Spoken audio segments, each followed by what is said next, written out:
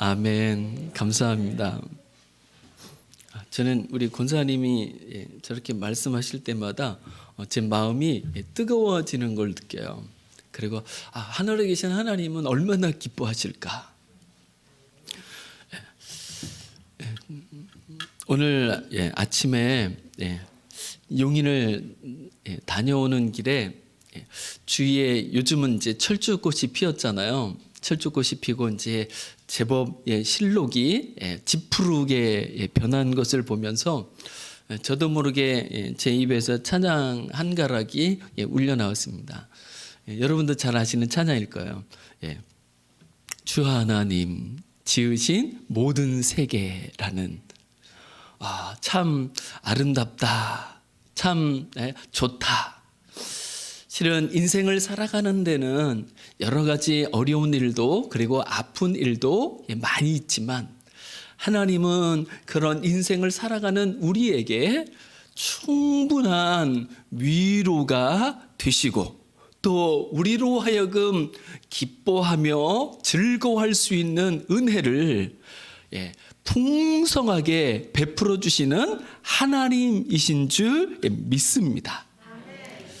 그래서 우리가 살아가는 그 어려운 일들에만 우리가 함몰되지 않고 빠지지 않고, 가끔은 눈을 들어 하늘을 바라보기도 하고 또 주위를 둘러보기도 한다고 한다면, 내가 좋은 세상에 살아가고 있구나라는 것을 느낄 수 있을 것입니다. 창세기 1장에서 하나님이 천지를 창조하시고 마지막에 이렇게 고백하시죠. 모든 것을 보시니 보시기에 심히 좋았더라 라고 말씀하고 있습니다. 누가 이 세상을 살아가면서 행복자로 살아갈 수 있을까요? 누가 이 세상을 살아가면서 승리자로 살아갈 수 있을까요? 그것은 세상을 아름답게 볼 수 있는 눈을 가지고 살아가는 사람인 줄 믿습니다. 저는 하나님이 이해가 안 갈 때가 정말 많습니다. 지금도 저는 하나님이 이해가 안 가요. 하나님이 저를 좋아하시는 것을 보면, 저를 위하시는 것을 보면 저는 이해가 안 가요. 왜냐하면 저는 제가 싫어질 때가 종종 있거든요. 저는 제가 못마땅할 때가 수시로 다가오는 것을 제 자신이 경험하거든요. 그래서 저는 저 자신에게조차 신실하지 못할 때가 정말 많습니다. 그럼에도 불구하고 하나님은 변함없이 내가 너를 사랑한다 이렇게 고백하시면서 다가오시는 것을 보면 그분의 사랑은 정말로 놀랍기 그지 없습니다. 틀림없는 것은요, 이 세상에 살아가는 누구든지 간에 어떠한 인생이든지 간에 하나님의 그 사랑을 받으며 그 사랑 안에 거한다면 능히 살아갈 수 있는 줄 믿습니다. 제가 아는 미술가 중에 한 분 화백이라는 분이 계시는데요. 그분은 전기 감전으로 인해서 이 팔이 이렇게 양쪽 팔을 완전히 다 잃으신 분이시거든요. 그리고 나서 이제 화가가 되신 분이에요. 근데 그분이 고백하는 고백을 들으면서 부끄럽기도 하고 정말 부럽기도 하고 그랬습니다. 그분은 여기서부터 의술을 하고 계시는 거죠. 그런데 그분이 이런 말씀을 하시더라고요. 자기는 이렇게 의술을 하니까 좋은 게 있대요. 팔이 없으니까 장점이 있대요. 뭘까요? 팔이 시리질 않대요. 춥질 않대요. 그래서 참 팔이 없으니까 이런 장점도 있구나. 그렇게 고백하시는 것을. 여러분 말이 되는 것 같습니까? 팔이 없으니까 팔이 시리질 않아서 좋대요. 감사하대요.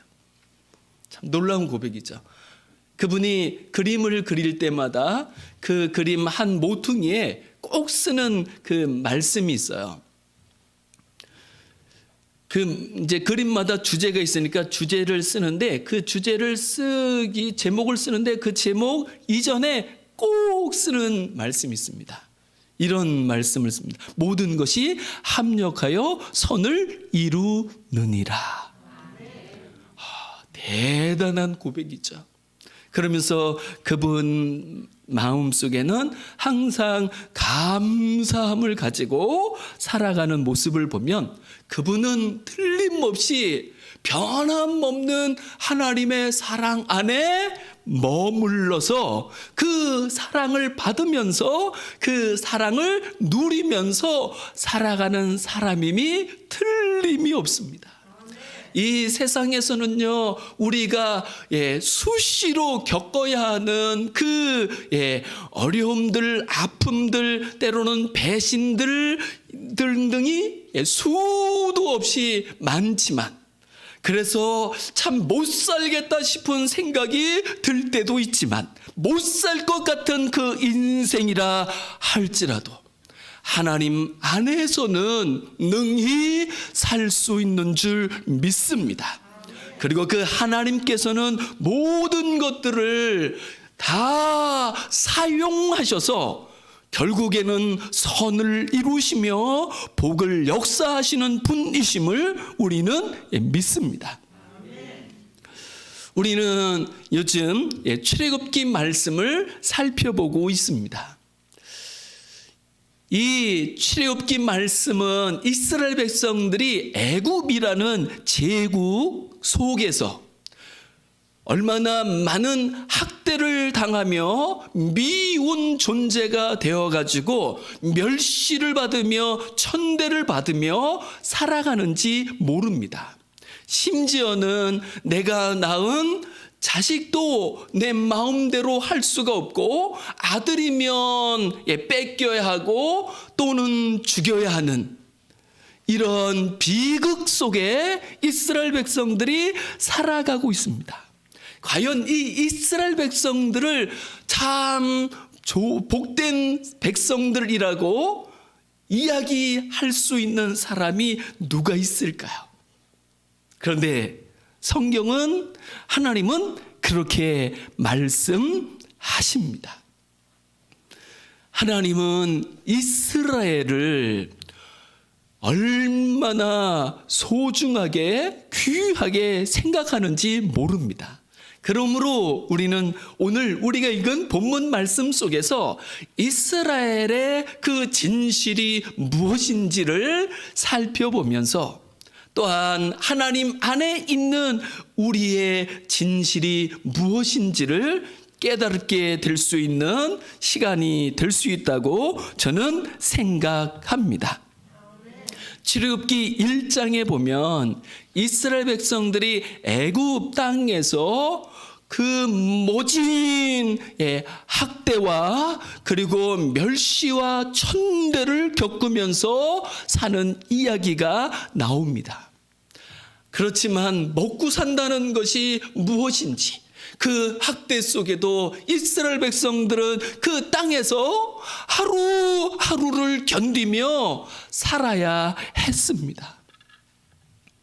그런데 참 신기한 게 무엇이냐면요, 그 세월이 자그마치 80년이 지나갑니다.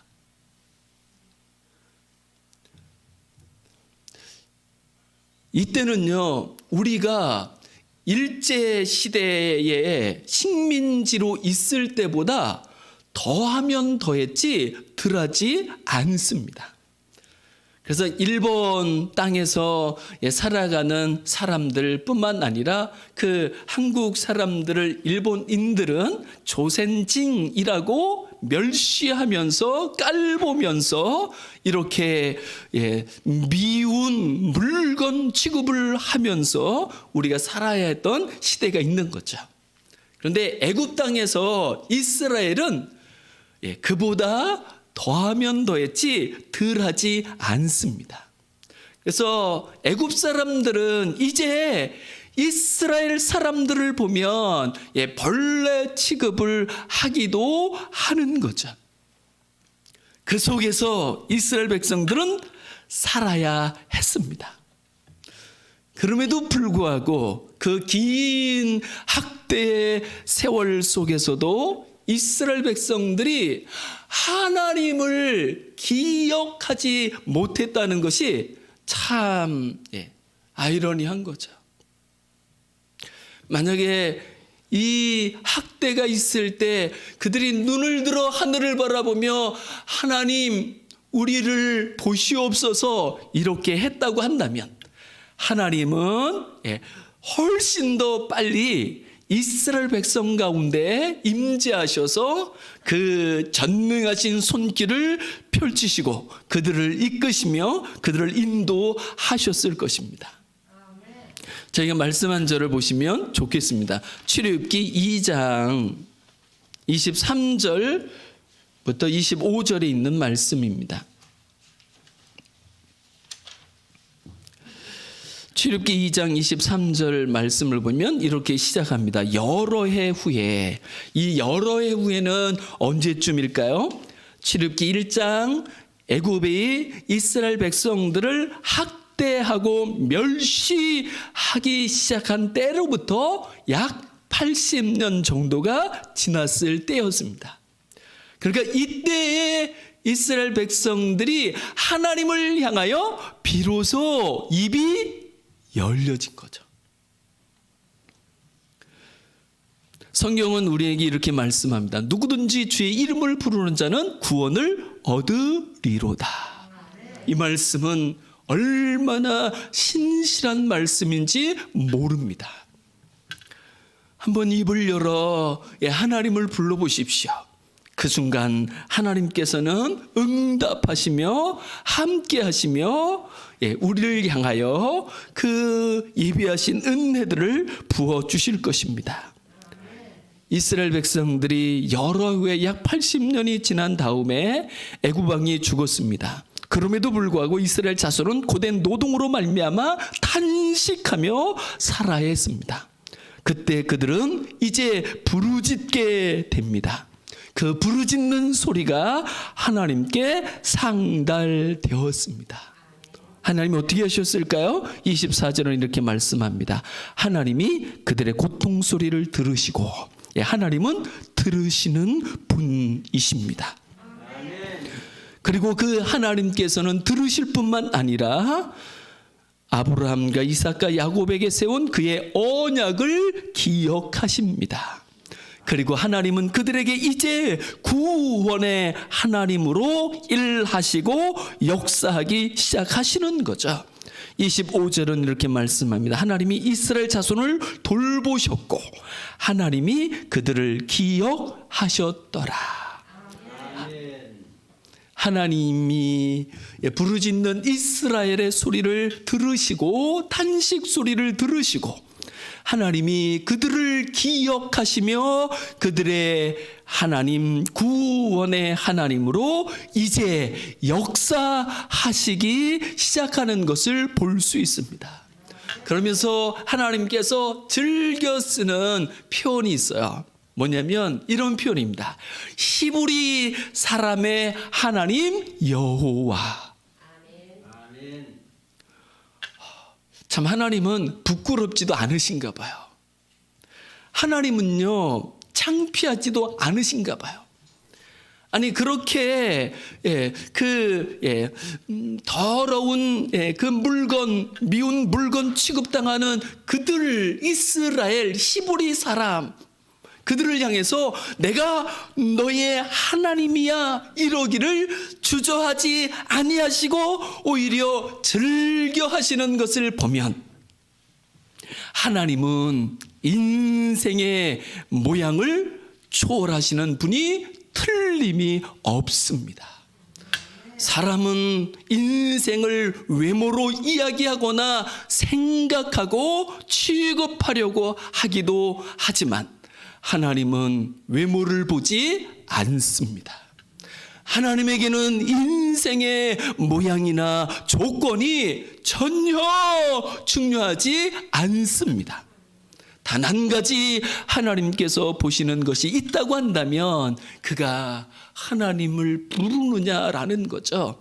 하나님을 찾는 사람이 하나님에게는 최고입니다. 하나님에게는 그가 가장 귀한 사람이요, 가장 소중한 사람이요, 가장 거룩한 사람이 되는 줄 믿습니다. 그러므로 하나님께서 못 받으시는 인생은 이 세상에 아주 없습니다.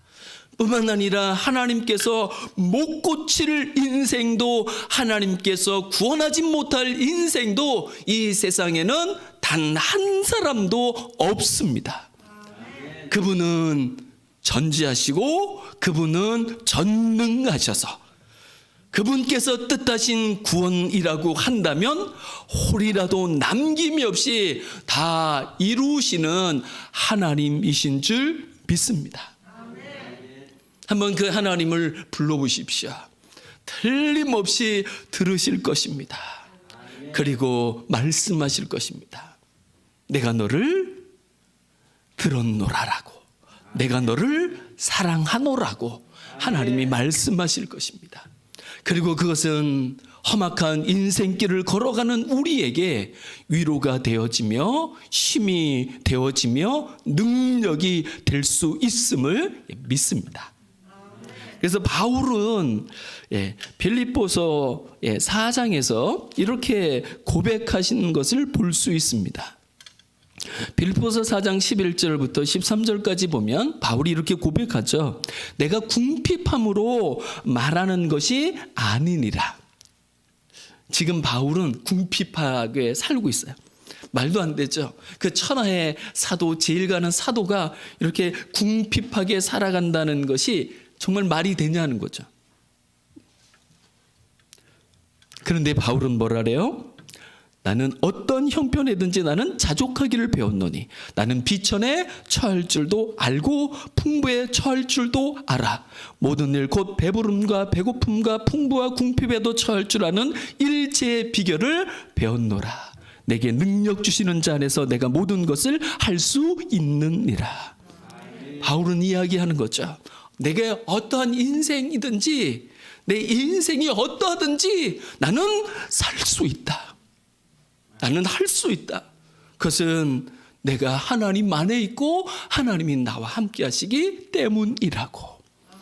그리고 그분은 나에게 살 수 있는 능력이라고 바울은 고백하고 있는 것을 볼 수 있습니다. 이것은 누구에게나 동일합니다. 이것은 애굽에서 멸시와 학대를 당하는 이스라엘 백성들에게도 진실이었습니다. 하나님의 눈에 이스라엘 백성들이 얼마나 귀하게 보이는지 모릅니다.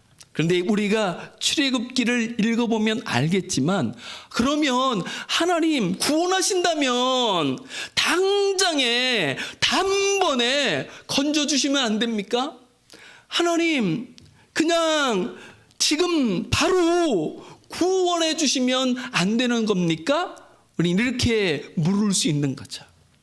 그런데 하나님이 응답하셨다고 말씀하셔 놓고는 이스라엘 백성들이 애굽에서 벗어나 하나님이 약속하신 약속의 땅으로 가는 데까지는 많은 시간이, 과정이 들게 되는 것을 볼 수 있습니다.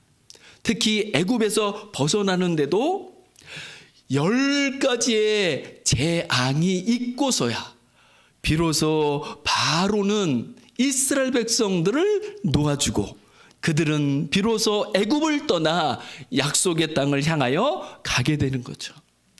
이런 걸 보면 하나님 정말 답답하십니다. 하나님은 전능하시다면서 왜 이렇게 밖에는 안 하시는지 모르겠습니다. 이런 생각이 들 수 있는 거죠. 저도 그런 생각이 많이 들었습니다. 하나님은 정말 답답하신 것 같아요. 그냥 야구로 친다면 1회 초에 등장하셔서 끝내주시면 얼마나 좋을까요? 그런데 우리가 생각할 때 하나님은 9회 말 투 아웃에 등장하시는 것 같아요. 왜 그러실까요? 하나님은 왜 그렇게 더디 하시는 걸까요? 그 더디 하심이 이스라엘의 많은 사람들의 유익이 되기 때문에 그렇습니다. 베드로후서 3장 9절에 보면 하나님이 이렇게 말씀하십니다.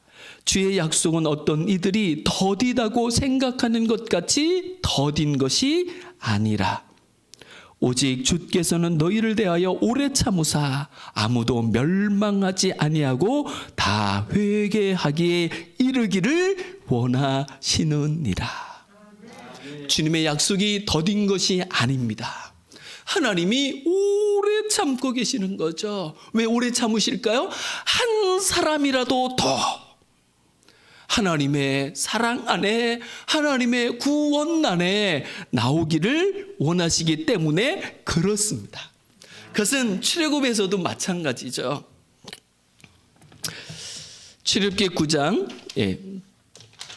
15절을 보면 하나님이 이렇게 말씀하셔요.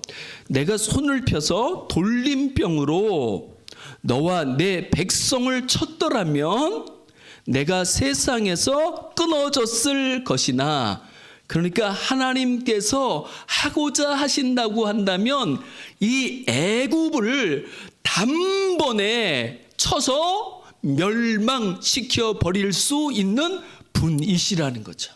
그런데 왜 그렇게 안 하시고 이렇게 더디 하시는 걸까요? 그것은 이스라엘 백성들을 위함이었습니다. 만약에 단번에 했다고 한다면 얼마나 많은 이스라엘 사람들이 하나님을 바라보며 하나님을 찾으며 구하며 하나님께서 약속하신 그 약속의 땅 가나안으로 가고자 했을까요? 아마 그 수는 현저히 적었을 것입니다. 우리가 출애굽기 2장에서 살펴본 것처럼 이스라엘 백성들이 이제 하나님 앞에 탄식하며 부르짖었지만 그 탄식하며 하나님께 부르짖는 사람들은 어느 정도였을까요? 제가 생각할 때는 굉장히 소수였을 거라고 생각합니다. 지금 이스라엘 백성임에도 불구하고 하나님을 모르는 사람이 얼마나 많은지 모릅니다. 하나님은 그들이 한 사람 한 사람, 아, 하나님이 살아계시는구나, 하나님이 우리를 생각하시는구나, 하나님만의 나의 약속의 날들이 있구나, 이렇게 깨달아가며 하나님 앞에 두 손을 들며 하나님 앞에 항복하며 하나님의 백성으로 서는 데는요 시간이 필요했습니다. 과정이 필요했습니다. 그래서 하나님이 더디하신 것은 애굽을 위함이 아니라 이스라엘을 위함이었습니다. 하나님께서는 얼마나 이스라엘을 생각하는지 모릅니다. 하나님께서 이제 마지막의 재앙, 장자 죽음의 재앙을 예고하시는데 그 장자 죽음이 애굽 땅에 나타나게 되면 하나님이 역사하시는 그 사망이 그 애굽 땅의 심판으로 나타나게 될 때, 그때 애굽에 있는 사람들이 모세를 다시 생각하게 됩니다. 이스라엘을 다시 생각하게 됩니다. 어떻게 생각할까요? 이것이 이스라엘의 진실이요 모세의 진실이고 하나님의 진실이었던 것이죠. 출애굽기 11장 3절입니다. 같이 한번 읽어보시겠습니다. 시작. 여호와께서 그 백성으로 애굽 사람의 은혜를 받게 하셨고 또 그 사람 모세는 애굽 땅에 있는 바로의 신하와 백성의 눈에 아주 위대하게 보였더라. 이제 10번째 재앙인 마지막 재앙이 있고 나서 애굽 사람들의 눈이 바로의 눈이 열렸습니다. 아, 모세가 이런 사람이군요. 이스라엘 백성들이 이런 존재군요. 라고 그 모세를 향하여 이스라엘을 향하여 눈이 열려지게 되는 거죠. 그리고 그들을 바라보니까 그들이야말로 정말 위대한 사람들이었습니다. 그러면 이전에는 아니었을까요?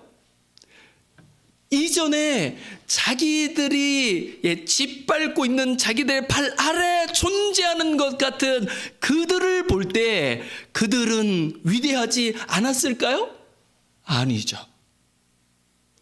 지금 위대하게 보이는 그 모세, 그 이스라엘 백성들, 그들은 이전에 바로의 발 아래 짓밟힐 때도 그들은 이미 벌써 위대한 사람들이었습니다.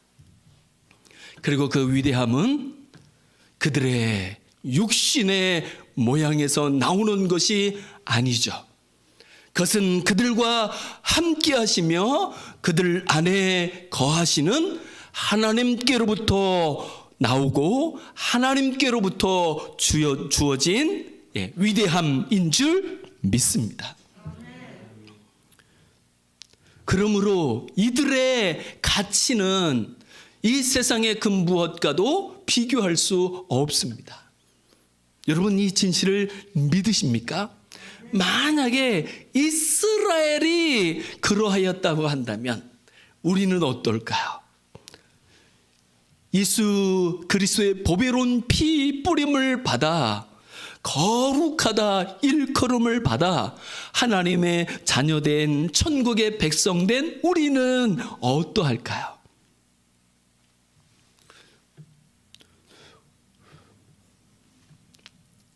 말씀 한 절을 찾아서 저희 같이 한번 읽어보시면 좋겠습니다. 예수님의 이름을 부르는 사람들의 진실이 이 말씀에 나와 있습니다. 요한 1서 3장 1절에서 2절입니다.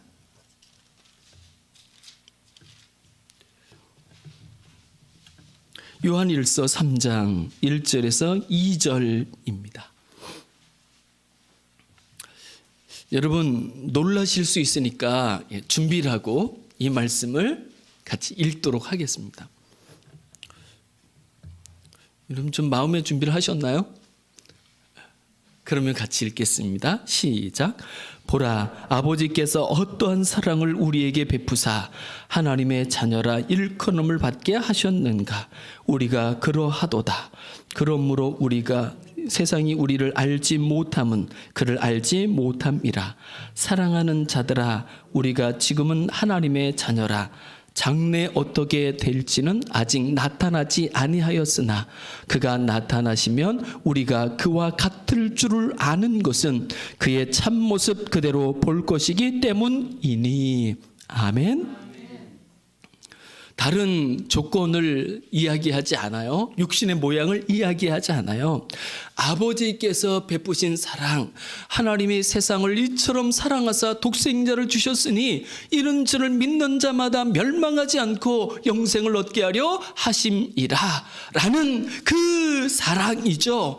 독생자를 주신 사랑, 생명을 주신 그 사랑, 그 사랑을 받은 사람, 그 사랑을 입은 사람이 어떠한 사람일 줄 아느냐라고 성경은 말씀하고 있는 거죠.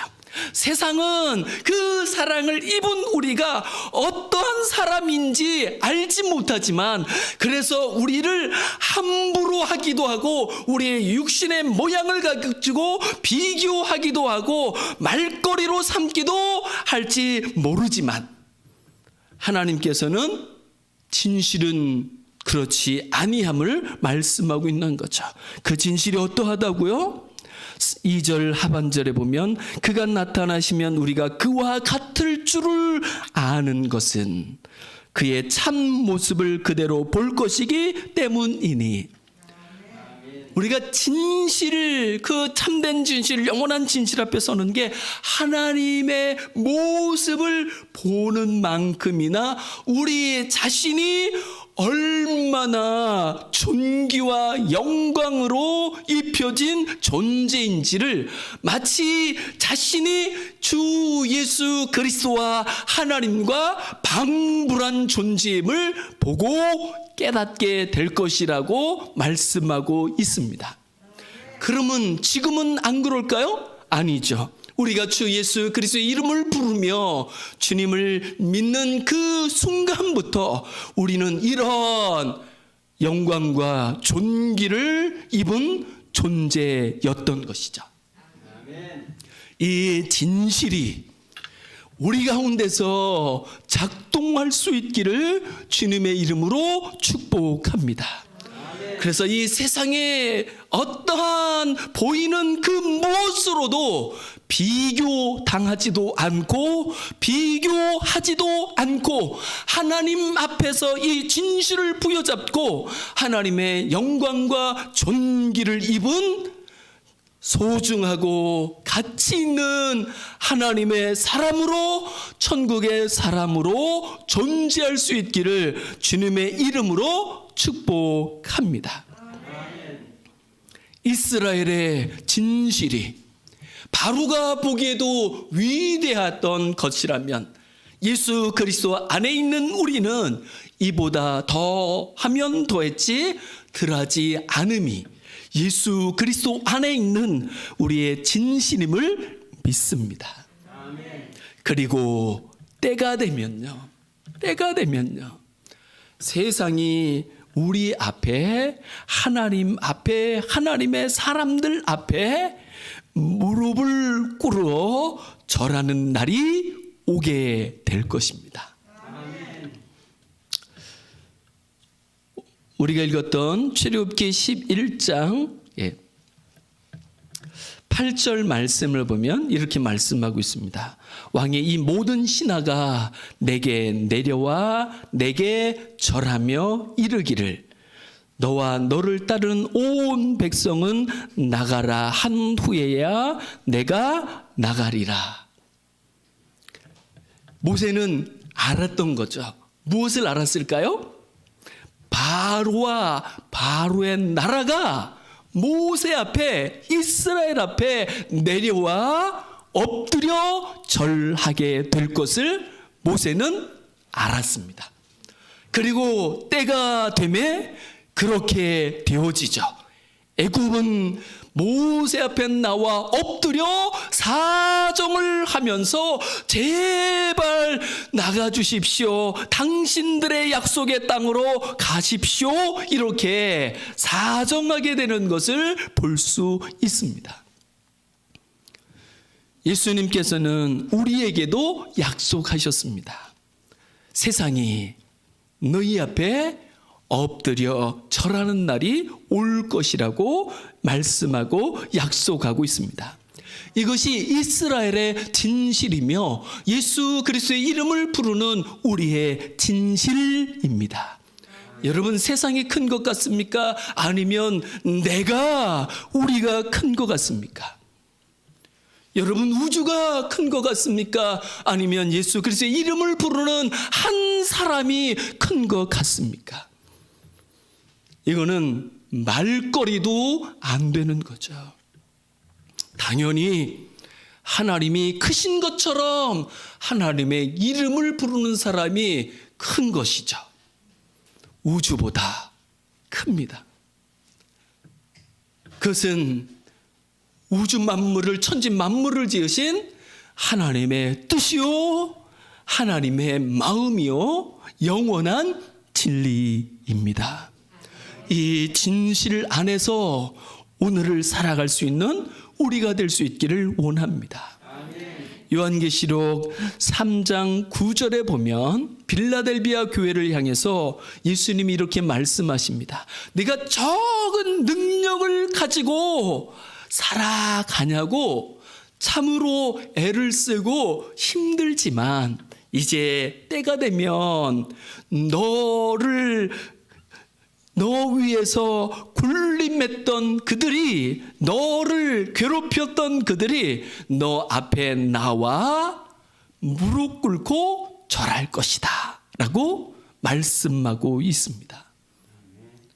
이게 하나님께서 우리에게 부여하신, 변할 수 없는, 세상이 빼앗을 수 없는 진실입니다.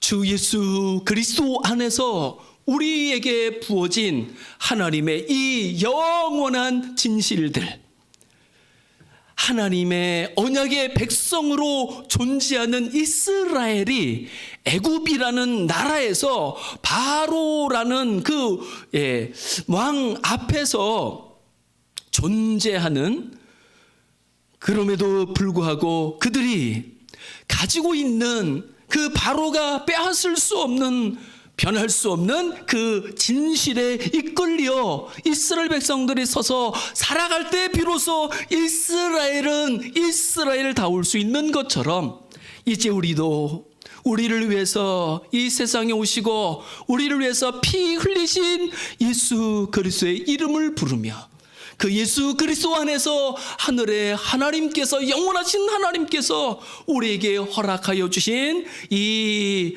진실한 사실들을, 진리들을 기억하면서 세상이 어찌든 사람이 어찌든 휘둘리지 아니하며 하나님의 사람으로 하나님께서 우리에게 주시는 새로운 삶을, 그리고 복된 삶을 살아갈 수 있는 우리가 될 수 있기를 주님의 이름으로 축복합니다. 우리 시간 같이 한번 기도하시면 좋겠습니다.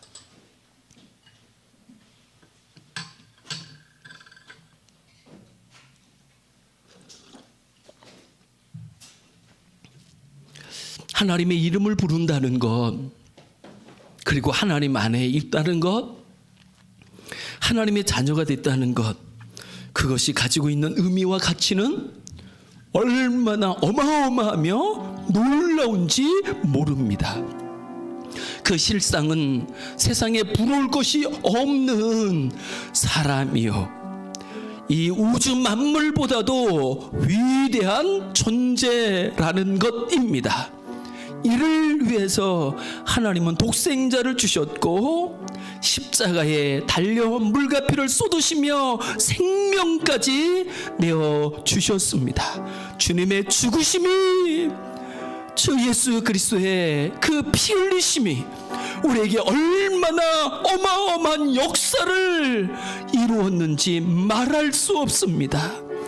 하나님, 예수 그리스도 안에 있는 이 진실 안에 서게 하사 이제 자신을 함부로 생각하지 않게 해주시고, 또한 옆에 있는 형제 자매를 향하여서도 함부로 대하지 않게 하시고, 주님의 얼굴을 배웁듯 주님을 대하듯 서로가 대하며 하늘 아버지의 나라를 여기에서도 이루어가며 살아갈 수 있는 우리가 될 수 있게 해달라고 우리 지금 같이 합심해서 기도하시겠습니다. 하나님 아버지, 감사합니다. 하나님이 이스라엘 백성들을 얼마나 생각하시며 하나님 안에 있는 그들이 얼마나 위대한 민족이며 그들이 얼마나 영광스러운 존재인지 모릅니다. 하물며 주 예수 그리스도의 피 뿌림을 받은 예수 안에 있는 사람들이야 하나님, 이 세상 그 무엇과도 피할 수 없는 줄 믿습니다. 주 예수 그리스도의 죽으심으로 말미암아 하나님께서 하늘문을 여시고 우리에게 허락하신 그 진실들이 무엇인지 우리로 하여금 다시 깨달으며 밝히 보며 이제 주 예수 그리스도 안에서 자신을 함부로 하지 않게 하시고 서로를 향하여서도 비교하지 아니하며 판단하지 아니하며 서로가 서로를 존귀히 여기며 함께 더불어 주님이 뜻하신 나라를 여기에서도 이루며 세우며 살아갈 수 있게 주시옵소서. 감사합니다. 고맙습니다.